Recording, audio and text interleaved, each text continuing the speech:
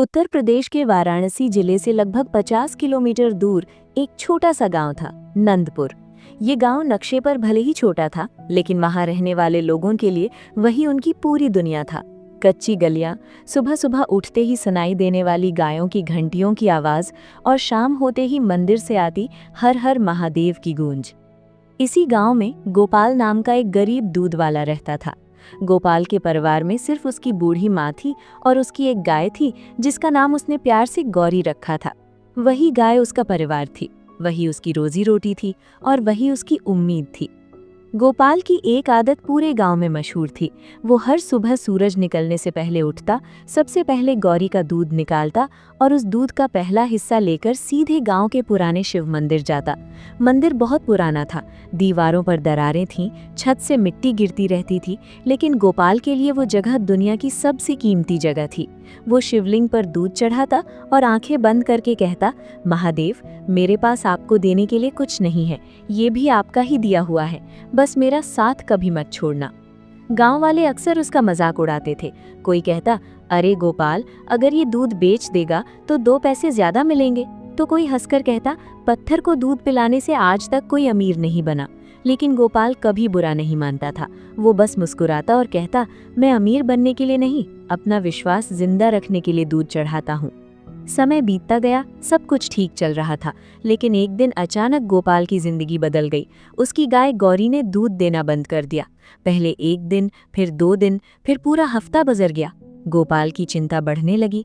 उसने गांव के वैद्य को बुलाया। वैद्य ने गाय को देखा, उसका माथा पकड़ा और धीरे से कहा, गोपाल, ये अब ज्यादा दिन नहीं बचेगी।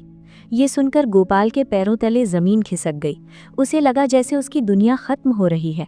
उस रात उसने कुछ नहीं खाया। वो सीधा मंदिर चला गया।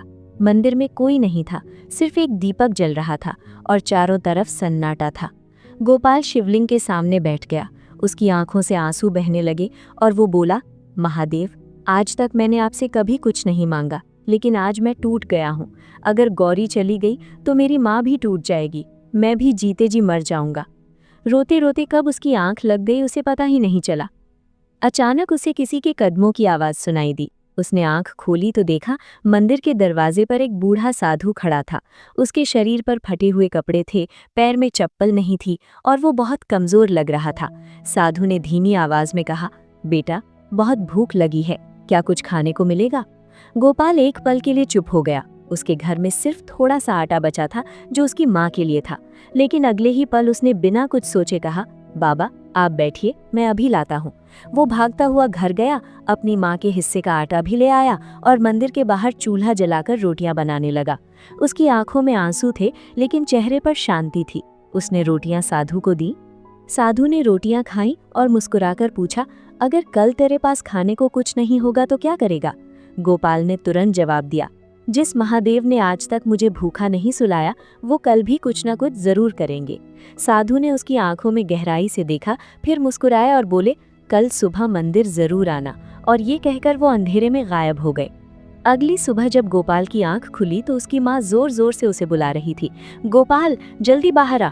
गोपाल भागकर बाहर गया और जो उसने देखा उसे देखकर उसकी सांसें रुक गईं। उसकी गाय गौरी बिल्कुल स्वस्थ खड़ी थी, उसकी आंखों में चमक थी और उसके पास एक छोटा सा बछड़ा खड़ा था।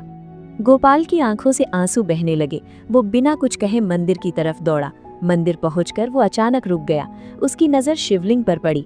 शिवलिंग पर वही रोटी का छोटा सा टुकड़ा रखा था जो उसने कल रात साधु को दिया था। गोपाल समझ गया, वो साधु कोई और नहीं, स्वयं महादेव थे। गोपाल वहीं जमीन पर बैठ गया। उसकी आंखों से आंसू रुक नहीं रहे थे। वो बोला, महादेव, आपने मुझे परखा और मैं कुछ भी नहीं हूँ आपके सामने। उस दिन के बाद गोपाल की जिंदगी बदल गई। उसकी गायें बढ़ने लगी, उसका घर संभल गया, लेकिन गोपाल कभी नहीं बदला। वो आज भी उतना ही विनम्र था, उतना ही विश्वास से भरा हुआ था। और नंदपुर गांव में आज भी लोग कहते हैं, जब विश्वास सच्चा होता है तो महादेव खुद भूखे बनकर भी आ जाते हैं। और अगर आपको भी ये कहानी दिल से छू गई हो तो इस वीडियो को लाइक ज़रूर करें, क्योंकि आपका एक लाइक ऐसी और कहानियाँ लाने की प्रेरणा देता है। और अगर आप चाहते हैं कि ऐसी ही सच्ची और रहस्यमयी कहानियाँ आपको मिलती रहें तो स्क्रीन पर दिख रहे लोगों पर क्लिक करके सब्सक्राइब ज़रूर करें और बेल आइकन दबाना ना भूलें। मिलते हैं अगली कहानी में, तब तक याद रखिए, विश्वास में बहुत शक्ति होती है। हर हर महादेव।